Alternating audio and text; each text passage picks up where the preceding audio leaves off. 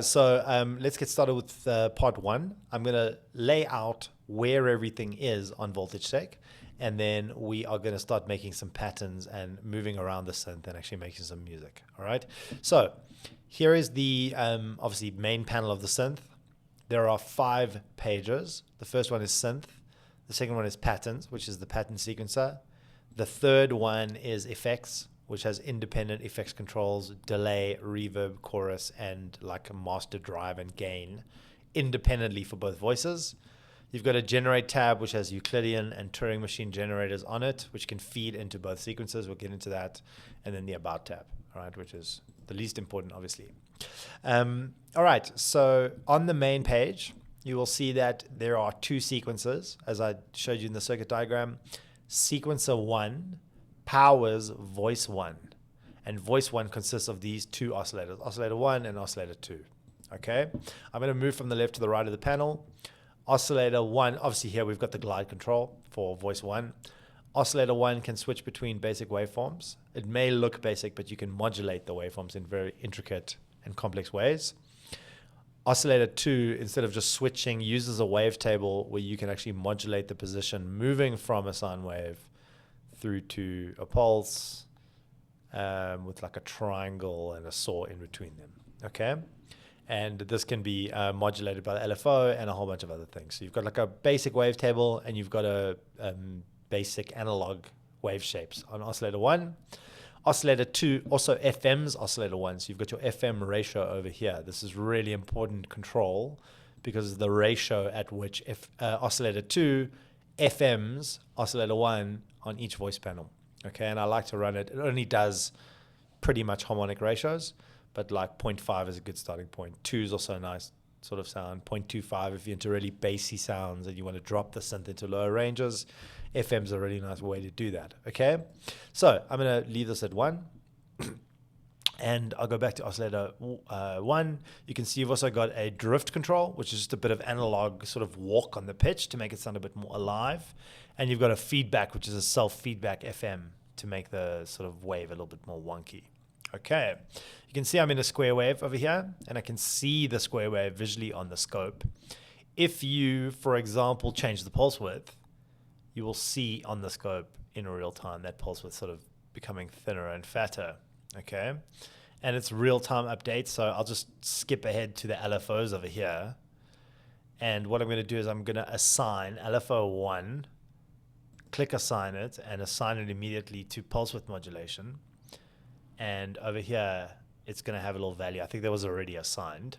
And it's going to say pulse width modulation 100%, and then I can just increase the depth.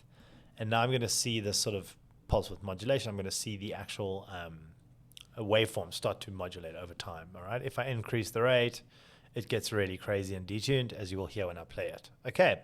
So that's the sort of basic oscillator function. You've got your oscillator selector here. And then you are seeing the output of oscillator 1 on the scope. Over here, you've got a filter. So I'll turn the filter envelope down just for now. And again, I know you're hearing it, but that's the filter. It's set to low pass 12 by default. You can change it to 24 as well. You've got resonance and drive, and then a filter envelope amount that will control how much envelope 2, which is marked filter envelope, modifies the behavior of the cutoff. And then you've got an amp, standard amp envelope over here, which controls your standard ADSR. And then on the LFO tab, there's a mod envelope as well with a whole list of different assignments. You can click and assign the mod envelope, for example, to FM or even to the ADSR functions, which is really cool. And you can also sync the mod envelope independently. It can be triggered by each hit on the gate, or it can be triggered by longer clocks like 4/1, 8/1, etc. Okay, so that's the basic layout. Now, you can see that I have a sequence or a pattern on the first sequencer. And again, that sequencer is powering this voice panel. Okay, so let's have a listen to it. Okay, now again, I shouldn't have turned that reverb off. Just turn that back on and turn the size up a bit. Okay, all right, now I've left this incredibly basic. It's in the key of C, and the scale is set to major, which you can hear it's got that sort of majory sound.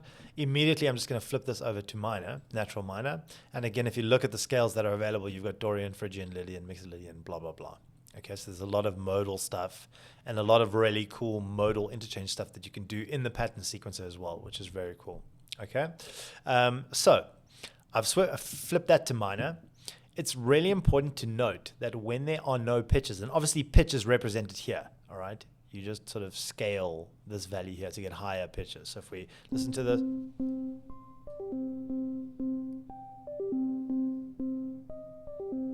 Okay, and now it's tuned to minor, so it sounds a bit more modern, I guess. Okay, so that's the idea of the sort of pitch window. It's vertical, it's by default unipolar, so the bottom note is at 0 volts if there's no value in here. That is just at the root note. Now this is a really important concept. Whatever the root note is in the quantization settings here is going to be the pitch that you are hearing at the bottom when there's no other pitches. So if I change this to F sharp,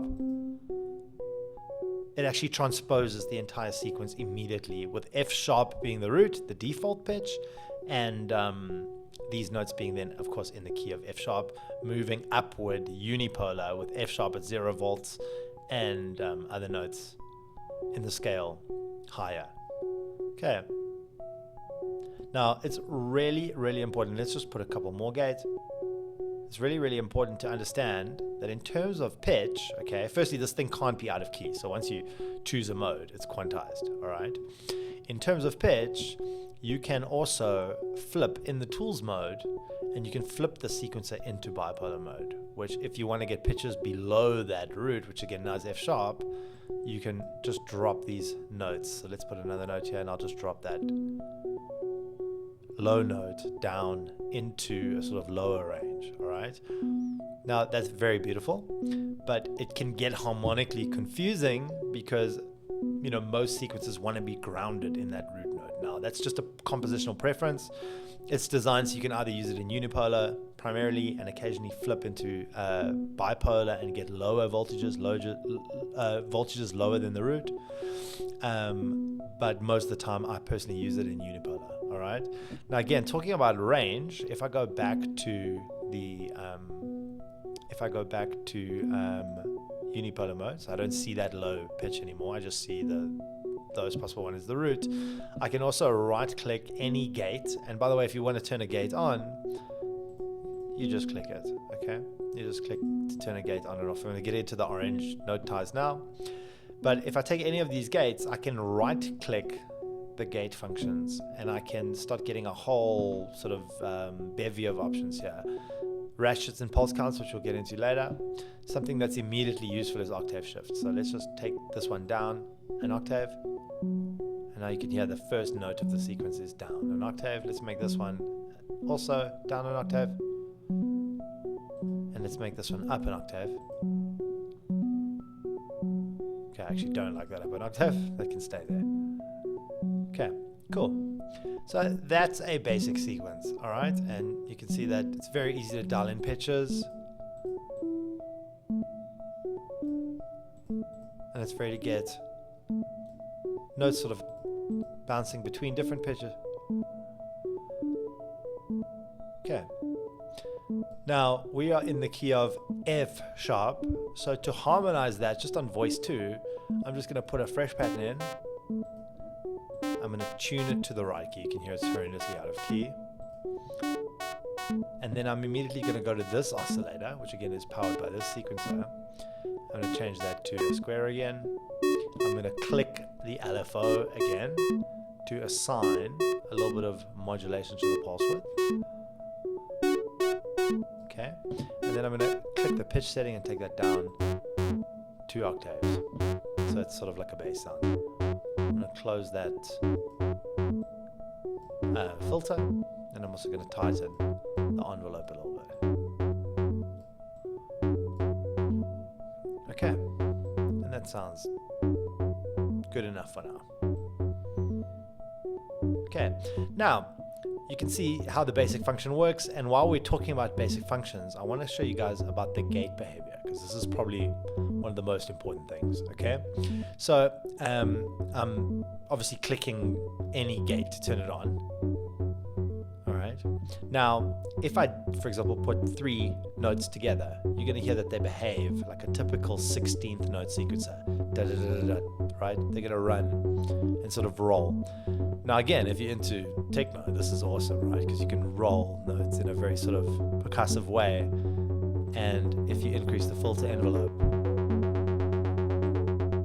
and again, we might even add some FM to this at a ratio of, so again, I've gone to oscillator 2, switched the ratio to 0.5, and then increase FM. And now I've already got like a big booty bass sound there, right, in the low end. Okay, so now you can really hear how that sort of percussive behavior is working with those repeating 16th gates. Now again, stylistically you may love that, but for certain styles it can also get quite repetitive and annoying. Okay, so what I'm going to do now is when I double click a gate, it's going to tie the previous notes. So it's going to take this green note, which is the last full gate, and it's going to extend the length out of that gate. All right, so what I'm going to do is tie some notes together here. Let's tie that and trigger there. Okay, and that's going to give me a much more sort of legato-esque sort of long pulses that is more like MIDI. Okay, and that's really nice because it takes away that annoying, what can be quite annoying, repetitive 16th sort of drilling sound, and it lets you get much more interesting behavior in the low end. Now, I love note ties, and the one reason I love them is because they're a soft trigger, so the envelope doesn't re-trigger. The note extends, but it doesn't re-trigger the amp envelope or the filter envelope, which is really, really, really interesting. Okay, now we're on this sort of bass, so we might as well start exploring now. I've got this voice tuned to minor, and what I'm going to do is I'll show you, you've already seen how the pitches change on the green gates, but what happens if we change the pitch on the tied gates is we get this sort of soft pitch escalation there. And again, the secret sauce here is that you're not re-triggering the filter or the amp envelope, so you're getting like a soft glide. This is very similar behavior to the TB303 or any of those Moog Mother 32 type hardware sequencers, and it's an amazing feature. I'm making so many tracks with this, and it throws the low end pitch, but it doesn't go da-da-da-da like a typical MIDI synth, and that's again one of the very unique behaviors. And I think one of the things that VoltageSEQ does so well is this kind of liquid bass sound, which again, there's not many things that do this well. I mean, if you look behind me, I'm testing out my new camera tracking system. But if you look behind me, I've got tons of analog stuff here, like the Polybrute's got a sequencer, the Mini Freak's got a sequencer, the Crave has a sequencer, the Mini Log has a sequencer. Some of the analog mono stuff has this type of behavior, which I really like, but it's hard to program. So for me, this is like a sort of sneaky workaround to get that sort of bass sound.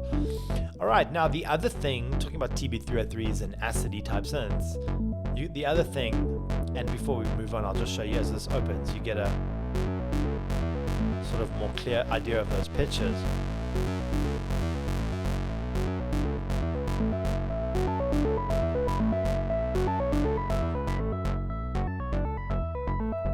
Okay, and again, the sort of sonic palette can go from extremely, I guess, ambient if you take this filter envelope down, and it can get sort of, considering square waves, can get pretty sort of muted, I guess. But it can also get extremely bitey and aggressive based on these sort of filter envelope amounts. Okay, now we were talking about acid behavior and the behavior of typical old school TB303 like sequences. And what I'm going to do is I'm going to right click, not on this lane over here where I do octaves and stuff, but I'm going to right click on the lower lane here. And the lower lane has slides. So let's talk about sliding, right? What I'm going to do is I'm going to max that pitch out of that note, and I'm going to put a slide on it. Now you don't hear any behavioral changes until I increase the portamento. Oh, sorry, I'm doing the wrong damn thing. It's going to be this part.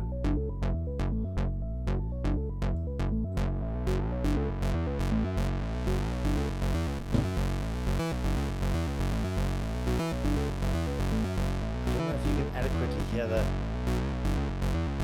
There we go. It'll work better on a hard gate.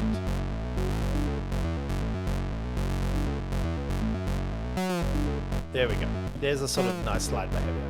Sometimes takes a minute or two just to get the pitches right. So that's a typical slide from high to low. There's a typical behavior, and there's the slide behavior, which is really cool.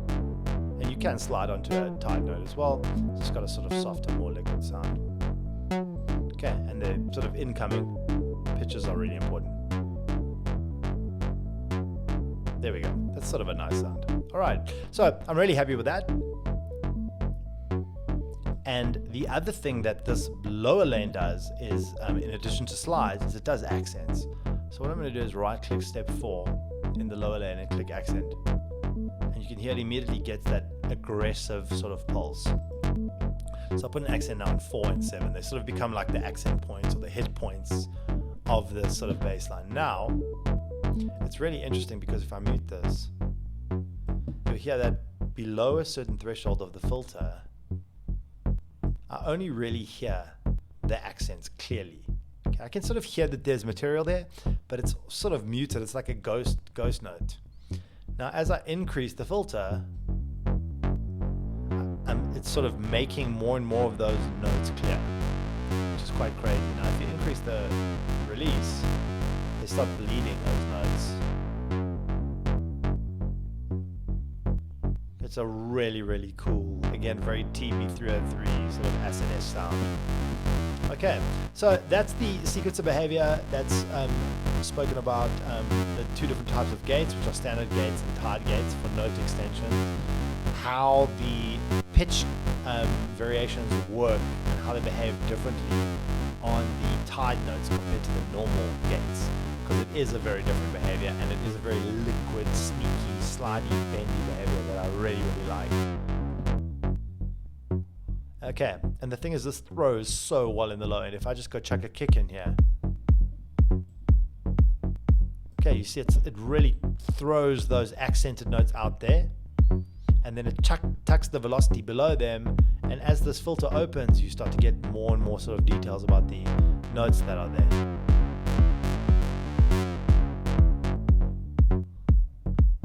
Okay, and when the filter is closed, you have this really tight behavior. Now, depending on how aggressive the filter envelope is, that can be really bitey and sort of aggressive like that, or it can be more sort of muted and tight. Okay, which I really like. It can almost sound, I mean, I would never say acoustic, but it can sound a bit more organic in that range. Okay, sounds really awesome. Now let's bring this up again. Okay, as you can hear, compared to the bottom one, this actually doesn't sound that dynamic. It needs a lot more dynamics. So I'm going to go ahead and right-click step 4 again. Let's accent that. Okay, and I'll accent another one like 8 or 9. I'm going to give it some filter envelope. That's where you really hear the accent. You have to have some filter envelope for the accent to really... There we go. So now you can hear those 2 gorgeous accented notes are popping the, you know what the accent does, it opens up the VCA, but also opens up the filter envelope time and amount. Okay, and that is already a super beautiful pattern. I'm just going to pop a loop in there as well.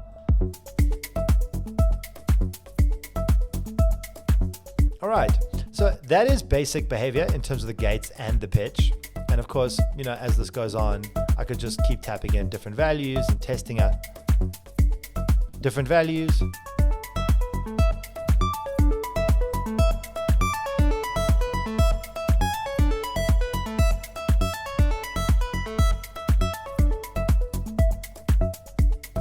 There we go. Okay, really nice, really pretty in this case. It just depends on the scale that you choose. You can get it sounding extremely evil and unpretty as well. Then the space can sort of filter up it. Ooh, very, very naughty. I really like it. Okay, great. So guys, that's I think let's leave it there for basic behavior. I'm going to come back in part 2.2, where we're going to get a little bit deeper and start introducing the range function. I'm also going to introduce ways to add additional ratchets and note ties and extend the lengths and start playing with the length of the sequences, etc. But let's call it for the first part of this, part 1, and I'll see you guys in a minute. Let's look at some of the sort of advanced features in terms of adding additional pulses and messing around with lengths and stuff. Okay, so the first really obvious thing is you can just change the length of any sequence. These are both 16 steps over 16 steps, and again, for a lot of causes that sounds great. But if I change, let's say this top sequence, and I make it 14 steps, it immediately gets that 14 over 16 polymeter feel. Okay, so I mean, you can do this with almost all, even Ableton's little onboard sequence that can do this, so it's not like a special function, but it is a very cool function. All right, by the way, there's also swing here, so if you want to add a little bit of shuffle to this, which I find like if I'm going to swing 54%, sounds good, just add a little bit of sort of funk to it. Okay, and make that 13 steps or even 11 steps. And you see what happens is those, I think let's kill the shuffle. What happens is those accents start occurring obviously on different points, which is kind of the whole idea of polymeters, okay? So that's one thing that you can explore is just the different lengths, all right? Now the other thing that you can do with the length is you can actually start to add additional pulses. Now this is kind of borrowed from a sequencer called the Metropolix. If you're a modular freak, you probably know it. But I'll just get straight to it and show you what it does. Let's right click step number 1 and let's go to the pulse counts and let's make this hold 4 pulses. Now notice that that note is now holding 4 pulses.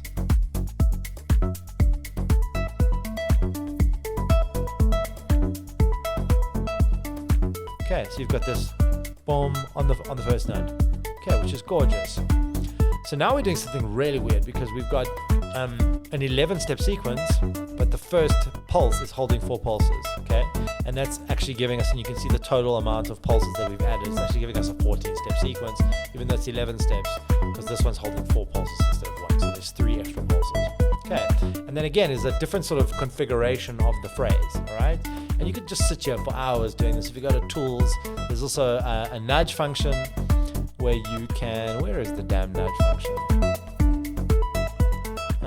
Tools. Here, these arrows are the nudge. Okay, so you can nudge this along, 1 step to the right. Okay, really, really nice sort of phrasing options there. Let's leave it at that. So it's sort of starting on the 3-step now. And then the other thing that I can do is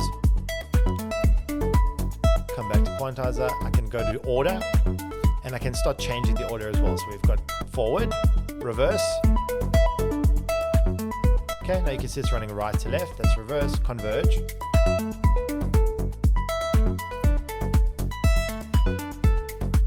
Okay, makes it a little bit wonky, random. Okay, let's go back to forward.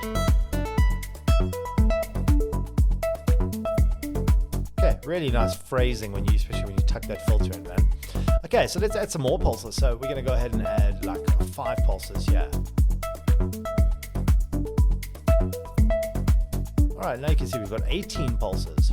All right, now this is an awesome way to work. It's very cool. And you can just kind of naturally feel out the length of a sequence and also where the notes and positions and holds are in a sequence, which again starts to get a lot more dynamic than just 16 over 16. I found that the ability to extend the length of the sequence is massive by adding these additional pulse counts. I didn't want to do like a 32-step sequence, so I thought this is probably the best approach. Okay, now in addition to pulse counts, you can also add ratchets. So I'm gonna, what I'm starting to do is add ratchets, okay? Now you can hear like a typical ratchet behavior here because I've right-clicked on this gate and I've set the ratchets to 3x, and that's why you get this little blue block over here and you see the numbers displayed as 3, okay? If I click this to 1, you won't get that behavior, that sort of rolling ratchet behavior, okay? So that's really interesting, okay? The other thing that I think is extremely interesting is I've sort of randomly put in a whole bunch of pulses here. So like I've right-clicked on certain ones, I've made them hold. This one's holding, I think, for 4 steps. and this one's got 3 steps, and there's a whole bunch of random sort of pulse distribution, which again is borrowed from the famous synth, the Metropolis from IntelliJ. Okay, now because we have set the reset count, so if you set this to, if you have this in stages, it has 31 pulses, and it's going to run that sort of polymetric chaotic cycle, which again can be awesome. But if you're looking for a lead hook or something, sometimes polymeters don't work that well. So again, I've flipped the mode here from stages to pulses. This is how many, what am I following until I reset, basically. So when you change it to pulses, now it's forcing 32 pulses until it resets. And you'll see that it's now holding this pulse for long. Even though its pulse length is 1, it's holding the last step until it completes the mandatory reset count of 32 steps. This is really crazy, and it also shows you how you can introduce other sort of unexpected ratchet behavior. For example, if we right click here and we say ratchets 2, you see it sort of repeats twice there in those pulses. Let's make it 3 times and 4 times. Now I love that because I think it's 3 pulses. So now we're getting a sort of 3/4, which is like a really, really interesting sort of triplet. 4 ratchets in 3 pulses, which is really, really interesting. One of my favorite sort of ratchet overlays. Okay, so those are some of the very interesting things that you can do with the sort of gate behavior. And again, I think we'll kill this ratchet and just make it normal. Okay, and if you find the sequences ever are too floaty, you can just take some pitch out of them and drop some of the octaves. And let's just keep dropping some notes until it feels sort of a bit more grounded.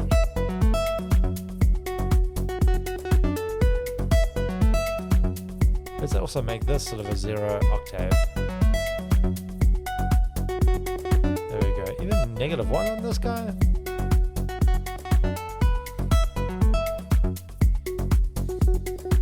There we go. Okay, so it really shows you how you can sort of map that initial idea out. Okay, now I said that the pattern sequence is going to be in the sort of next phase, but what I'm going to do, because I don't want to mess this up, is I'm just going to go to patterns. And how this pattern sequencer works is I've got 16 available slots here that can cover all the information from sequencer 1. And just to talk about what is saved in the pattern editor, it's everything from the key, the scale, the clock, quantizer, order, any of the settings, okay, including the length and the range, which we still haven't got into. All right, so I'm just going to go to patterns.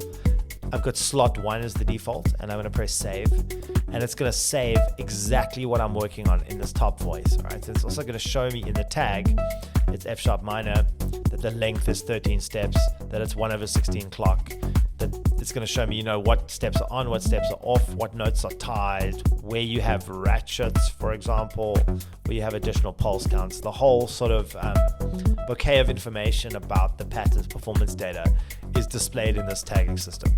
Okay, so we're going to go back to synth over here, and I've saved this in its first state. And now we're going to get to kind of the grand point that I've been sort of building up to the whole time. We're going to start touching the range control.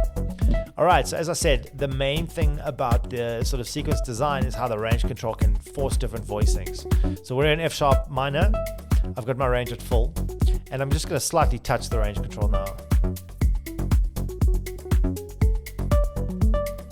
Oh my goodness, I listen to how those two voicings. So the first value here is like 0.8, 0.79. All right, and then I'll just take it up again, and it's like a sort of different voicing. And this is the whole magic of VoltageSEQ. So we can take a basic shape like this, which again now not only has this really cool shape, but it's also got really nice gate behavior with those, you know, ratchet 3/4s and unusual timing signatures. And it's got this initial melodic shape, but we can also just slightly touch the shape. Oh my goodness. Now that is such a beautiful second voicing. So I'm going to go ahead to the pattern sequencer, and I'm going to save that in slot 2. Okay, and I bet you if we just sort of carry on through, we're going to find a whole bunch of these voicings. Oh my goodness. Now, in this case, I'm just going to slightly change this note. Let's take it down a bit. There we go. Okay, that's going to be my, there's going to be one note different in this particular pattern at this range. And I'm just going to go ahead and go to patterns, and I'm going to save that in slot 3. So I know I said I wouldn't do the pattern sequencer yet, but because this idea is developing so beautifully, it's lovely to have the pattern sequencer as you move through these ranging options. Let's go through the other ranges.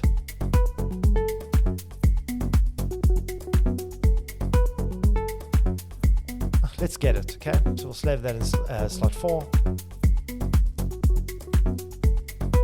And let's get one more, sort of over there.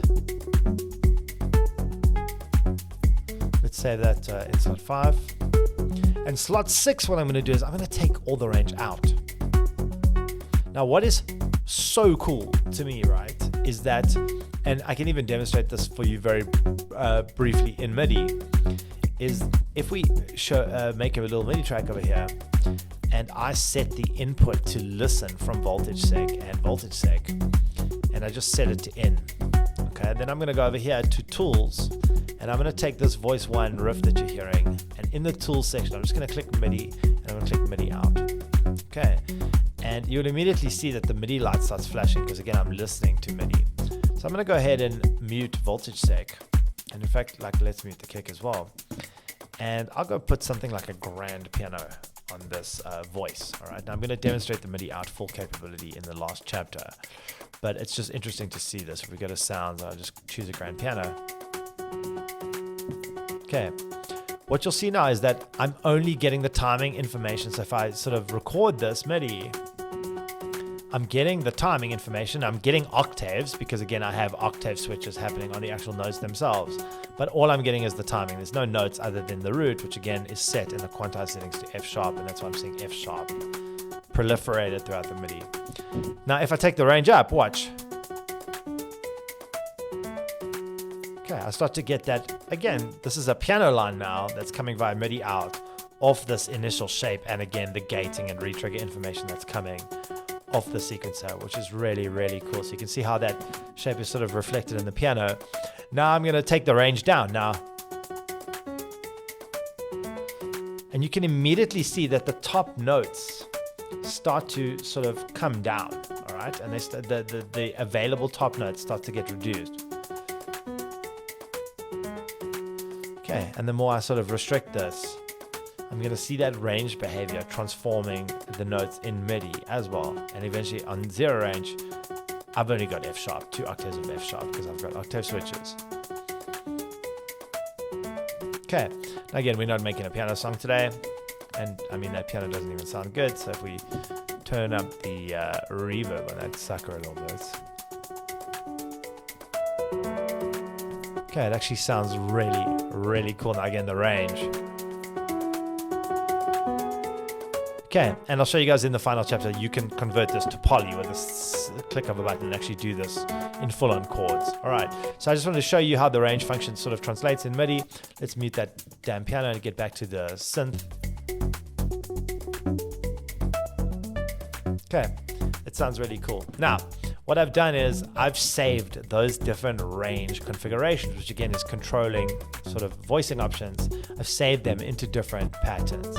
So we're gonna just open up the space a little bit, and I'm going to go to the pattern editor, and I'm just going to click through some of these voicing ideas. So there's the full range.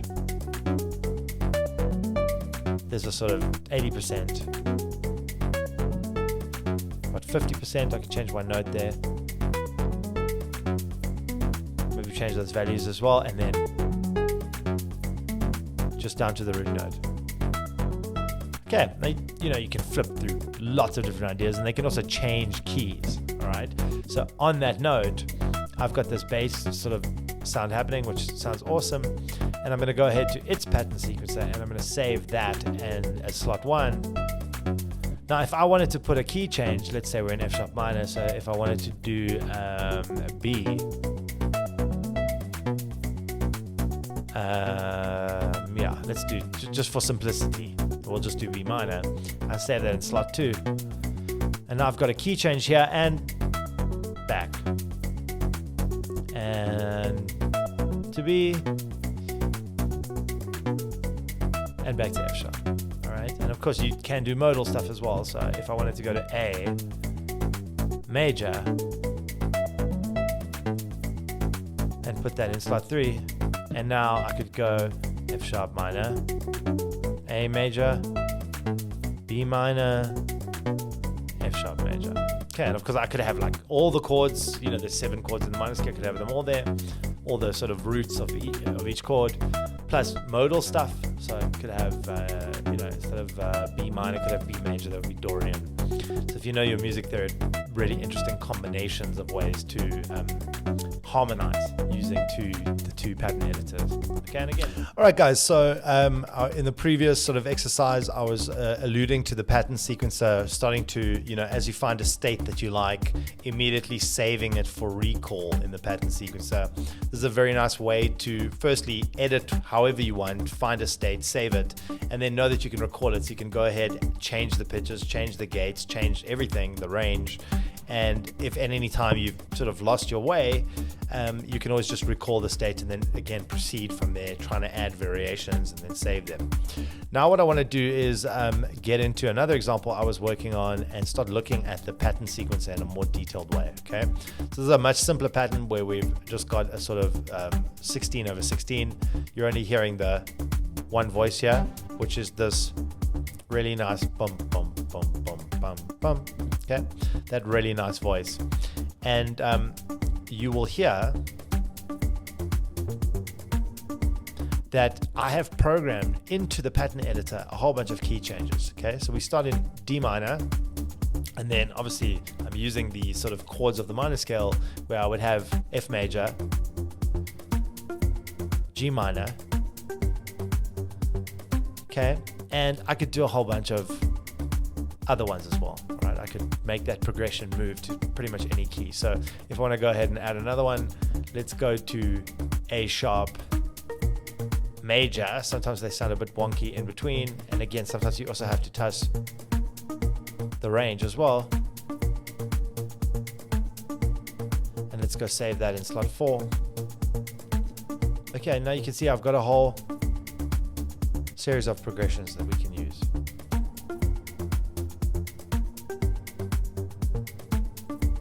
Right, and it sounds actually really, even though the patterns sometimes when you're making them don't sound that great, in the context of, so you know, it's like taking one bar of a chord progression and listening to it in repeat. Sometimes it sounds a bit wonky, but in context sounds awesome.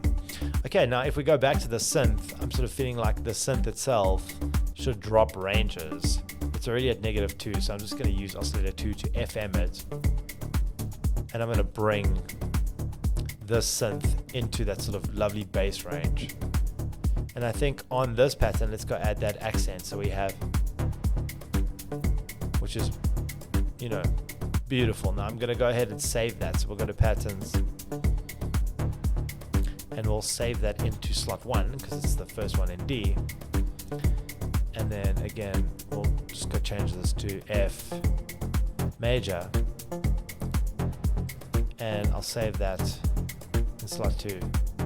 So, for example, 2 of them have accents, and that's how you can sort of rebuild patterns as well. Okay, and let's go to the sort of pattern editor. All right, now while this is playing, I'm going to start bringing up voice 2.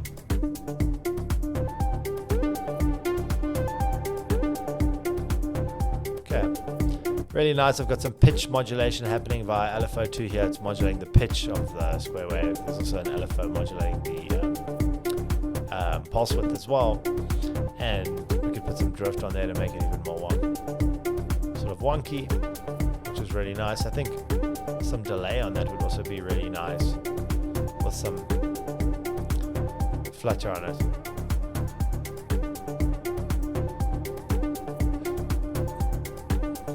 That sounds really nice and liquid. Okay.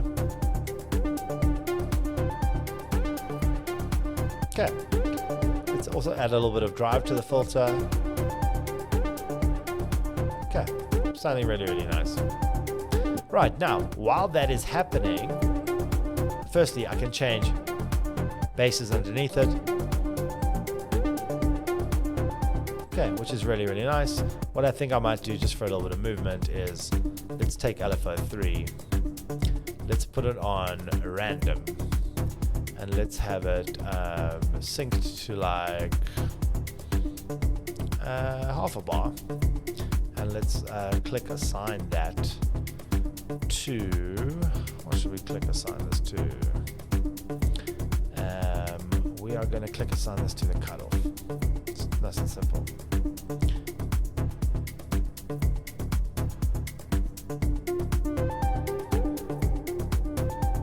Okay, so every sort of quarter bar, whatever, it's getting a new random value. So that should make it just a little bit more sort of interesting dynamic. That's very nice.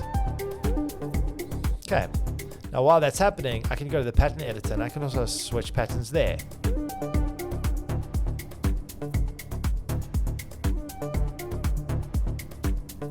Which have, again, subtle, there we go, there's no changes, just little subtle stuff happening. Again, mainly from using the range control, which is slightly different. And the slides and different gates and pitches in each pattern. Okay. Now, just between these two voices, you can really get some really interesting changes. Now, the other thing you'll notice is as I'm changing patterns, it's I can click very quantized. You know, I can do things on the one, which is really cool again, or I can sort of, that is my favorite technique, because you've got chord progressions, but you're able to sort of cycle through them, clicking, you know, in strange orders, or having multiple changes per bar, doing sort of funny stuff like that, which is really cool. And again, you can also sequence this. So I'm going to get into the, I guess now is actually the time just to show you the sequences right here. If you just go sequence and you just say, all right, cool, let's play slot 1 once, then we'll add a slot, and we'll go slot 2 once, and then we'll add a slot 3 once, and slot 4 once. And we can just cycle through those in a sequence manner.